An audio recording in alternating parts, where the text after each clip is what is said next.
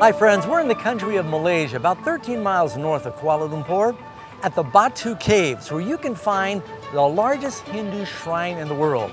They call it Lord Murugan, where tourists and faithful Hindus come from all over the world to look at the caves and this colossal statue.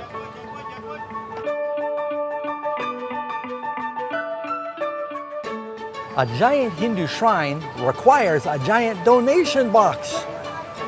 We're thinking about putting one like that in our church, but I'm not sure the board is going to go for it.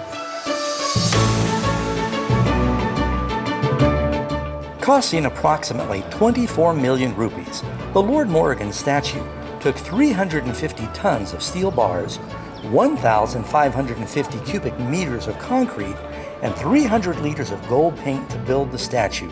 Lord Murugan is depicted holding a spear. The spearhead, or vel, is a symbol of victory in the Hindu faith.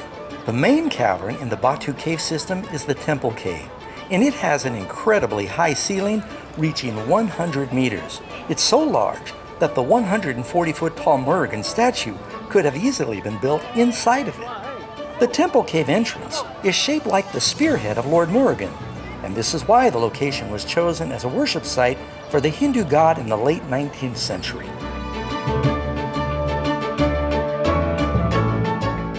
This Hindu statue was built in 2006, but it's not the tallest statue in the world. As recently as 2018, with the unveiling of the Statue of Unity in India that was dedicated to Sardar Patel, it stands, including the pedestal, at almost 600 feet tall.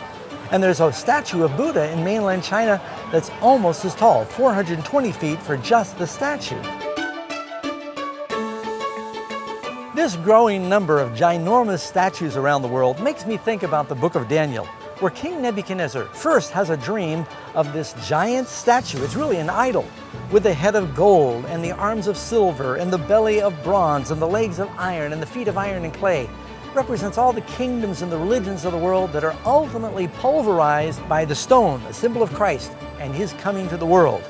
And then in Daniel chapter 3, the king tries to reproduce his dream, but he makes it all of gold, and he commands the whole world to bow down, and those that don't bow down will face a death penalty.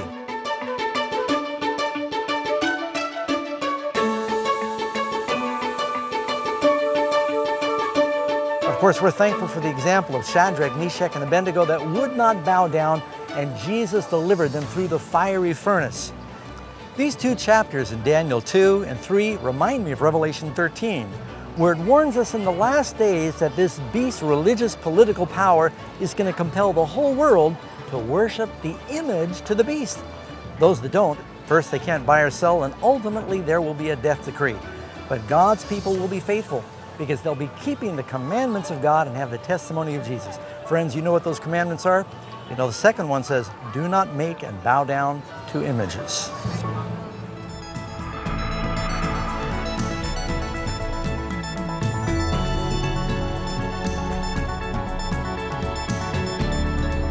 If you like what you've seen, then subscribe to the Amazing Facts channel.